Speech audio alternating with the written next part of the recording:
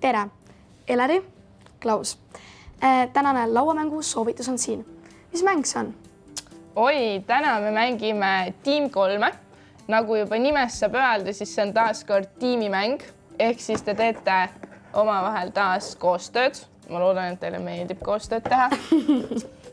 See mäng käib siis niimoodi, et me hakkame klotsidest ehitama kujundit. Siin on ka erinevad raskustasemed. 1, 2, 3. Võime alustada esimesest, vaadata, kui kaugele me jõuame. Ja siin mängus tegelikult on 3 rolli. Et päris lihtsalt ei vaata seda kujundit ja ei hakka ehitama, vaid me jagame ära rollid, kes üksteist ei kuule.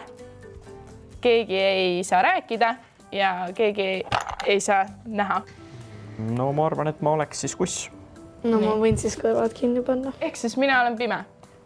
Ja mis me siis siin mängus nüüd teeme? See, kes ei saa rääkida, tema saab endale kujutise, nii et mitte keegi teine ei näe.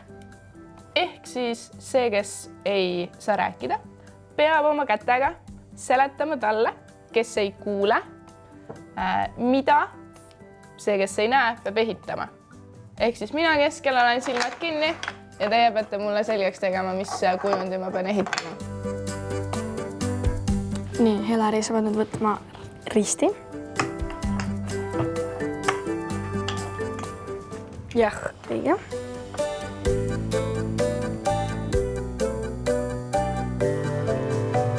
Nüüd sa pead võtma Z-tähe, ehk siis õige.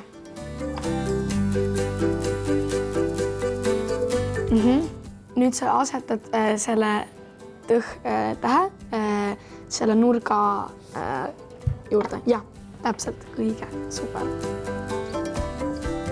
X-i rohelise nagu natuke alla ja siis nagu paned musta. Oh, sa ei näe. Silmad kinni, kuidas? Nii, sa paned Z-tähe nagu alla natukene, nagu hästi tasakesi nagu jõnksuga alla. Ei.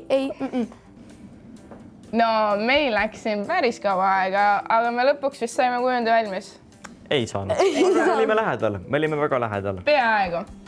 Mängus tegelikult saab mängida nii, et kui sul on lõbus, sa ei võta aega, aga päris reeglite järgi sa peaksid seda tegema 3 minutiga.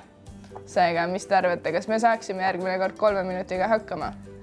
Ma arvan, et võib-olla alustame selliseks 10 minutisest. No ma arvan, et kõik on võimalik. Me peame lihtsalt natuke proovima, aga tegelikult on meil siin tugev tiim ning kõik on võimalik.